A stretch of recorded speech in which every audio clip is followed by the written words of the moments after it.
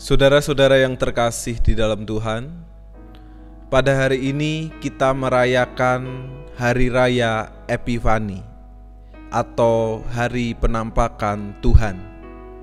Hari ini menjadi penanda berakhirnya hari-hari Natal yang sudah kita mulai sejak 24 Desember sampai tanggal 6 Januari ini. Untuk itu marilah kita menyiapkan hati dan pikiran kita di dalam kita menyambut Hari Raya Epifani ini. Pertolongan kita adalah di dalam nama Tuhan, Pencipta langit dan bumi. Kiranya cinta kasih Allah, Bapa, Putra, dan Roh Kudus menyertai kita di Hari Raya Epifani ini.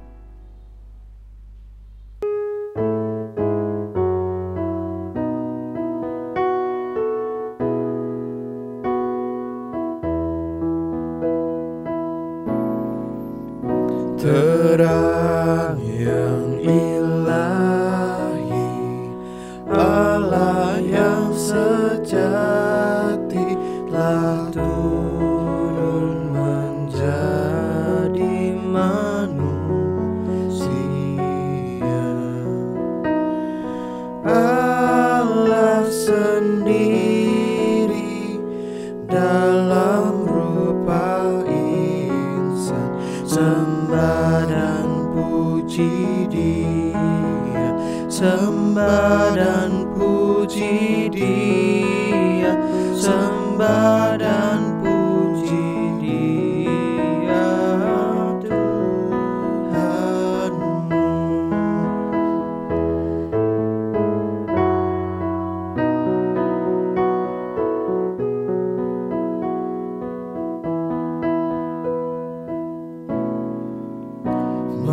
Melihat bintangnya, datang orang Majus menghantar emas kemenyanganmu.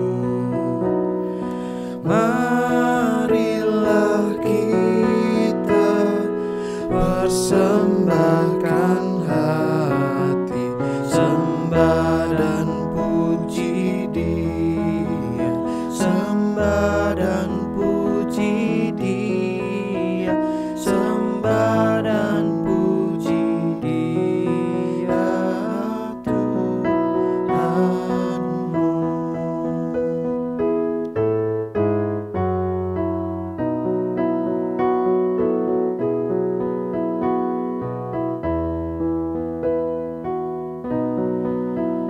Demi kita ini, Ia sudah lahir, peluk Dia dalam iman teguh. Cinta kasih-Nya patut kita balas, sembah dan puji Dia, sembah dan puji Dia, sembah dan puji Dia, Tuhanmu.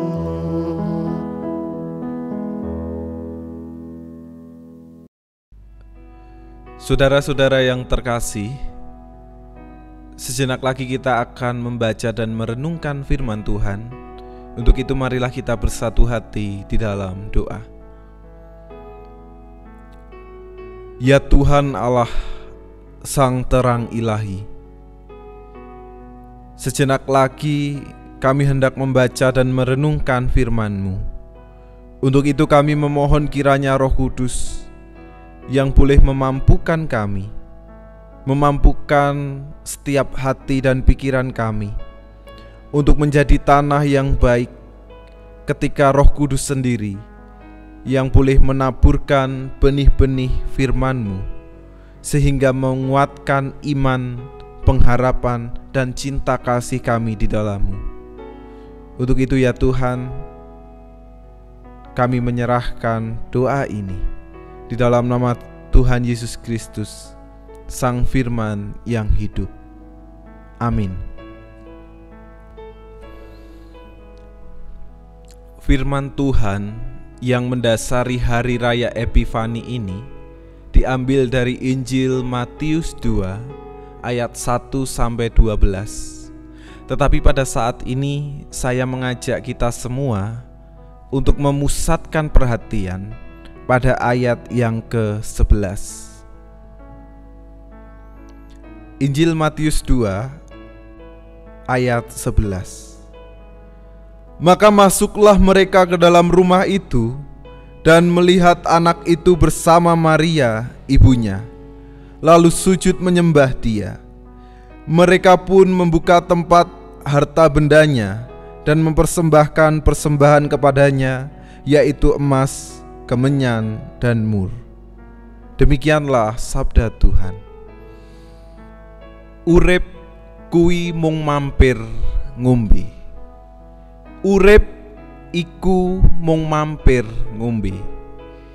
Hidup ini hanyalah tempat untuk bersinggah sejenak. Hidup ini hanya sekedar mampir untuk minum. Itulah ungkapan yang sering dijadikan wejangan, dijadikan sesanti dari orang tua kita kepada kita sebagai orang Jawa. Ungkapan itu diberikan kepada kita untuk memaknai bahwa hidup hanya sementara. Hidup itu fana. Hidup di dunia itu hanya seolah-olah seperti kita mampir ke suatu tempat, singgah sejenak ke suatu tempat hanya untuk minum. Itulah sebuah ungkapan yang memiliki nilai yang sangat mendalam,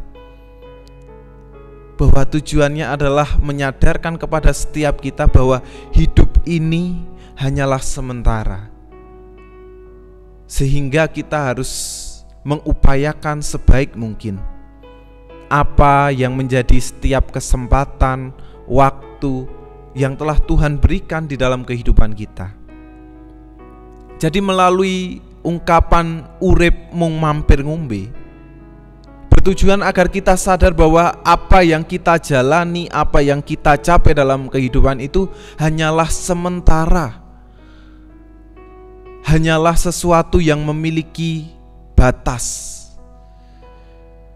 Tetapi ada tujuan lain dari ungkapan urip mung mampir ngombe.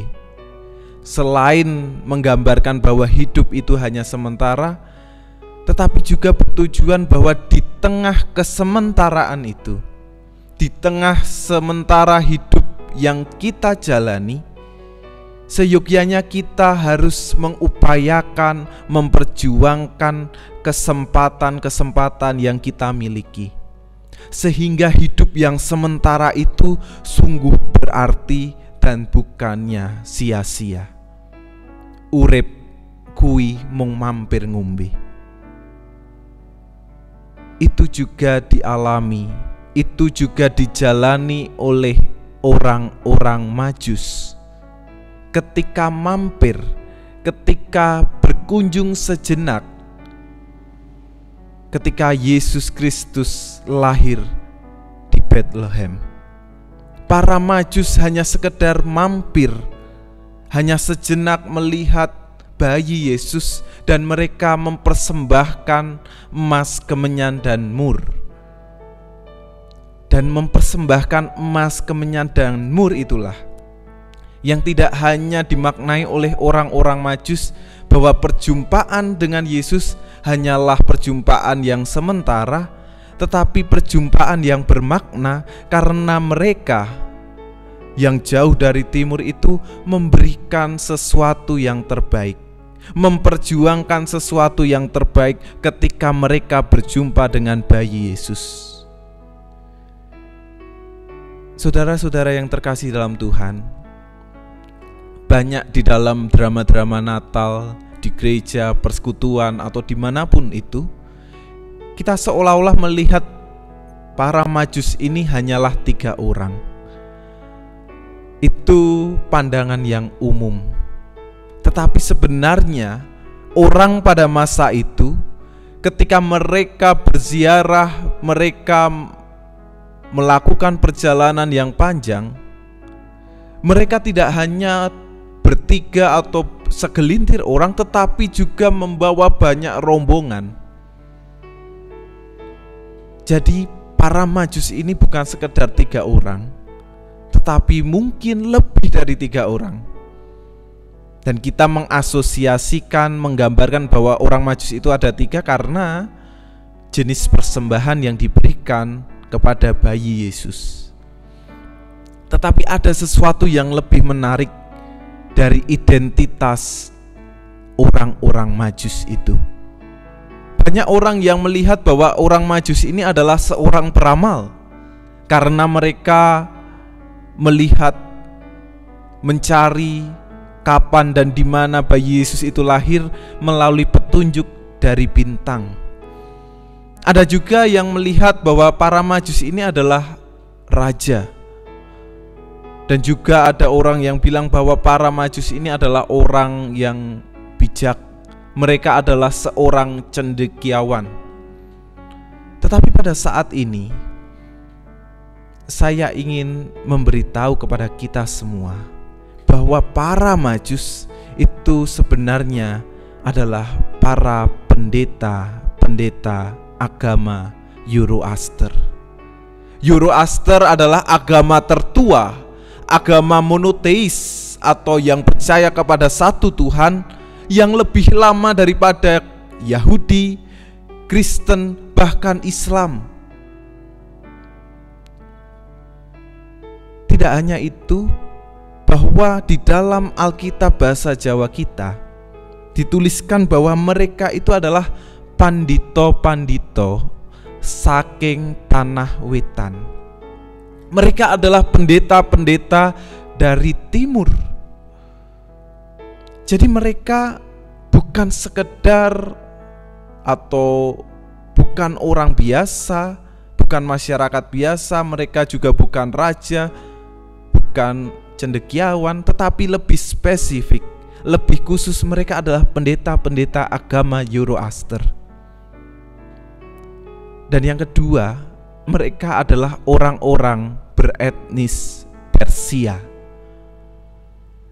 Dan di dalam ayat Alkitab yang kita baca tadi, kita dapat menarik sebuah pelajaran penting ketika kita menghayati hari raya Epifani ini. Ketika kita menghayati penampakan Tuhan bagi dunia. Apa itu? Yaitu kita dapat memaknai bahwa perjumpaan para Majus dengan keluarga kudus Bapak Yusuf, Bunda Maria, dan bayi Yesus itu menjadi sebuah tanda dari perjumpaan yang sangat bersahabat dari mereka yang bersuku berbeda dan yang beragama yang berbeda. Jadi kita dapat merefleksikan di hari raya Epifani ini, di penampakan Tuhan ini, bahwa ada perjumpaan yang mencintai perbedaan. Jadi keperbedaan satu dengan yang lainnya, entah berbeda secara agama, suku, dan sebagainya, itu tidak membuat satu sama lain itu saling membenci, saling menjaga jarak, tidak. Tetapi justru perjumpaan itu menghasilkan sebuah perjumpaan yang mencintai perbedaan. Mereka dapat menerima perbedaan. Mereka tidak bermaksud untuk mencoba mengingat dendam masa lalu, dendam sejarah antar agama Zoroaster dengan agama Yahudi, atau dengan orang-orang berbeda etnis Persia, etnis Yahudi. Tetapi mereka memperlihatkan bahwa mereka sesungguhnya tengah memberikan pelajaran yang sangat penting bagi kita, bahwa marilah kita merubah kecenderungan kita yang xenofobia, takut atau benci dengan yang asing, menjadi xenofilia. mencintai atau mengasihi mereka yang asing, yang berbeda dengan kita. Dan tentu perbedaan bukan sekedar perbedaan antar agama, antar etnis, tetapi mungkin juga perbedaan di dalam gereja kita. Gereja kita memiliki banyak orang dengan berbagai karakter, termasuk juga di dalam keluarga kita. Antara orang tua dan anak atau sesama anak juga memiliki perbedaannya. Dan panggilan di hari raya Epifani, penampakan Tuhan ini, menyapa kita untuk boleh mencintai dan mengasihi mereka yang sangat berbeda, mereka yang tidak sama dengan kita. Justru dengan berjumpa, dengan menerima, dengan mengasihi mereka yang berbeda dengan kita, Tuhan hadir di sana. Dan kehadiran Tuhan yang memampukan kita untuk boleh mencintai mereka yang berbeda dengan kita, dan bukan sebaliknya, membenci dan menjauhi mereka yang berbeda. Kiranya setiap perbedaan, setiap keunikan dalam setiap pribadi kita, baik di rumah, gereja ataupun masyarakat, menolong kita untuk boleh menampakkan Tuhan bagi orang lain dan melihat penampakan Tuhan di dalam diri orang lain yang berbeda dengan kita. Tuhan memampukan dan menggerakkan hati kita. Amin.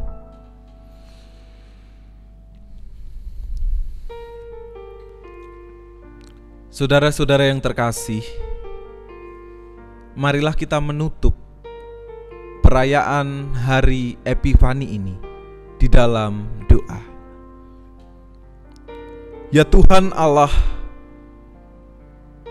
sabdamu mengingatkan kami, sabdamu menyapa kami. Ketika dahulu para Majus berjumpa dengan keluarga kudus, Bapak Yusuf, Bunda Maria, bayi Yesus, menolong dan mengingatkan kami akan pentingnya mencintai mereka yang berbeda, mengasihi mereka yang berbeda, sehingga nampaklah kehadiran Tuhan di tengah perjumpaan kami. Nampaklah Tuhan bahwa kami sebagai pribadi lepas pribadi menjadi cerminan kehadiran Tuhan, dan kami boleh ditolong melihat Tuhan di dalam pribadi yang berjumpa dengan kami. Untuk itu ya Tuhan, mampukanlah kami. Kiranya hari raya Epifani ini, hari raya penampakan Tuhan ini, bukan sekedar menjadi pengingat perayaan pengenangan kami di hari ini saja, tetapi juga menjadi perayaan kehidupan kami sehari-hari. Di dalam nama Tuhan Yesus Kristus yang memampukan kami untuk melihat dan memperjuangkan keindahan di dalam paseduluran. Amin.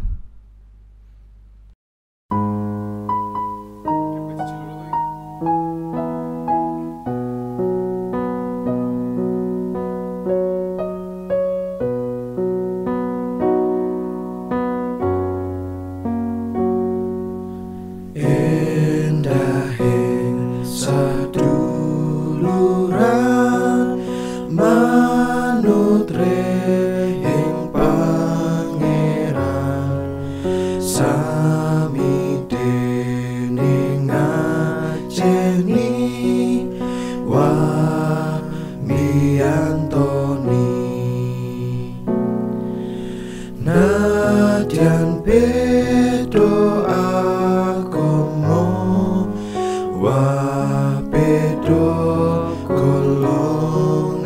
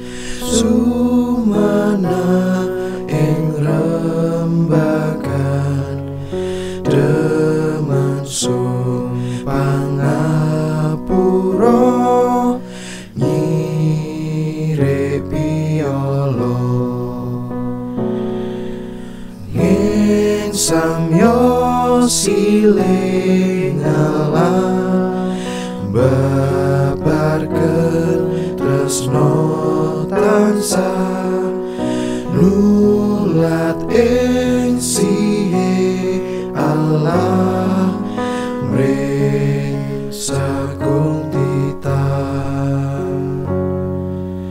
kluwung pindanyo endahing warna nyawiji bangun urip kang adya tentrem raharjo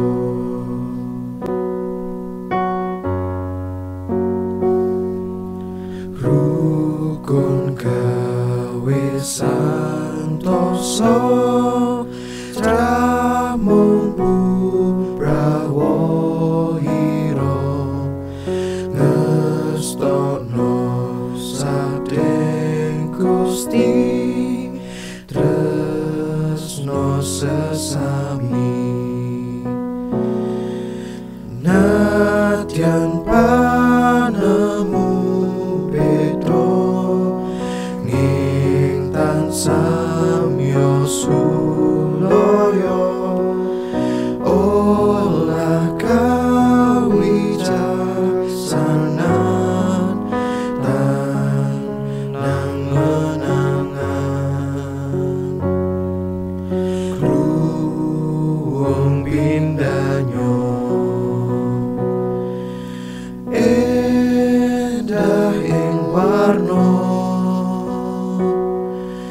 nyawiji bangun urip kang adya tentrem raharjo.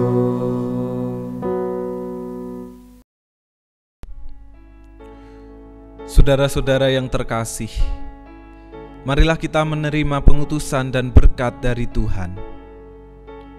Arahkanlah hati dan pikiran kita untuk menghadirkan penampakan Tuhan dan mencari penampakan Tuhan di tengah perjumpaan kita dengan mereka yang berbeda dengan kita.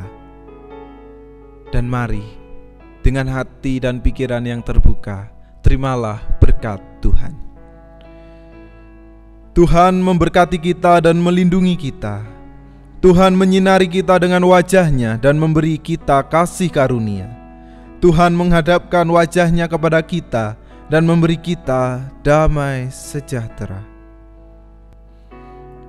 Selamat merayakan Hari Epifani, Hari Penampakan Tuhan, sehingga kita bisa memperjuangkan endaing paseduluran.